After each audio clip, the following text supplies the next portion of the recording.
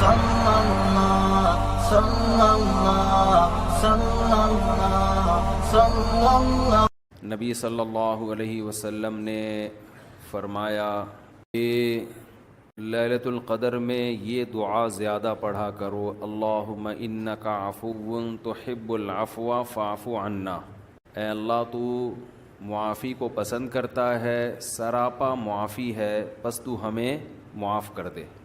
قرآن میں 2 جگہ اللہ نے لیلۃ القدر کی فضیلت بیان کی، ایک سورہ دخان میں اور ایک سورہ قدر میں۔ سورہ دخان میں کہا انا انزلناہ فی لیلۃ مبارکہ، ہم نے اس قرآن کو نازل کیا برکت والی رات میں، اور سورہ قدر میں ہے انا انزلناہ فی لیلۃ القدر، ہم نے قدر کی رات میں اس کو نازل کیا۔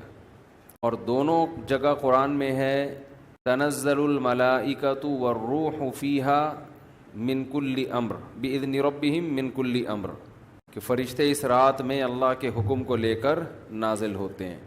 اور سورہ دخان میں کہا فیہا یفرق کل امر حکیم، ہر حکمت والے فیصلے اس رات میں کیے جاتے ہیں۔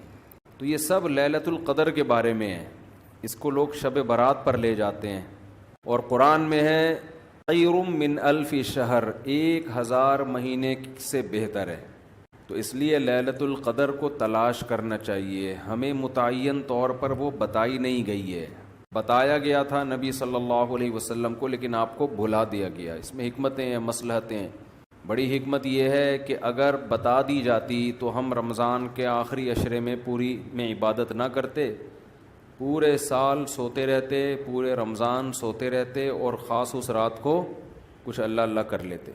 اور یہ بھی خطرہ تھا بتا دی جاتی تو اس میں گناہ کا عذاب بھی 1000 گنا، سینکڑوں گنا بڑھ جاتا، پھر حجت تمام ہو جاتی، پھر کوئی گناہگار یہ نہیں کہہ سکتا تھا کہ بھائی مجھے کیا پتا تھا آج لیلۃ القدر ہے، تو بڑا عذاب آ سکتا تھا اللہ کا، کوئی اس رات میں گناہ کرتا۔ تو اس لیے اللہ کی حکمت نے اس بات کا تقاضا کیا کہ اس رات کو چھپا دیا جائے۔ اتنی بات تو تقریباً یقینی ہے۔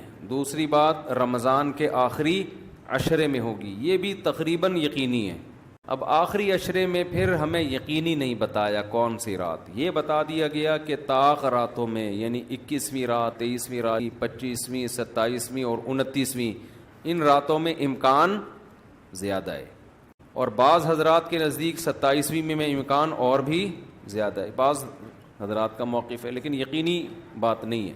تو طاق راتوں میں یعنی کوشش تو کریں رمضان کے آخری عشرے میں عبادت کریں، ورنہ کم سے کم آخری درجہ کیا ہے کہ رمضان کی طاق راتوں میں خود بھی نماز، تلاوت اور دعا میں دل لگائیں، اور اپنے گھر والوں کو بھی نمازوں اور تلاوت میں لگائیں، دعاؤں کو، بچوں کو بھی لگائیں، اٹھایا کریں رات کو جا کے کہ بیٹا اٹھو، تھوڑا اللہ اللہ کر لو، نماز پڑھ لو، کچھ اللہ سے دعائیں مانگ لو۔ دعا کو بہت فوکس کرنا چاہیے، آج کل دعاؤں کو چھوڑ دیا بالکل، حالانکہ سب سے بڑی عبادت ہی دعا ہے۔ دعا میں اللہ اور بندے کا جو کنیکشن ہوتا ہے نا، وہ نماز میں بھی نہیں بنتا، وہ تلاوت میں بھی نہیں بنتا، وہ جو تعلق بنتا ہے نا اللہ اور بندے کا دعا میں، وہ کسی عبادت میں نہیں بنتا۔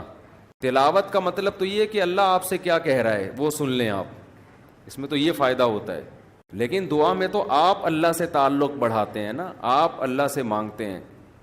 تو اس لیے ان راتوں میں خوب گڑ گڑا کے لمبی لمبی دعائیں مانگنے کا معمول بنائیں۔ اعتکاف والے ساتھی بھی بیٹھ جائے کریں اکیلے میں، کہیں کچھ کر لیں، اللہ اللہ سب کچھ مانگ لیں، یہ سوچ کر کہ جو مانگیں گے اللہ ہمیں وہ دے گا۔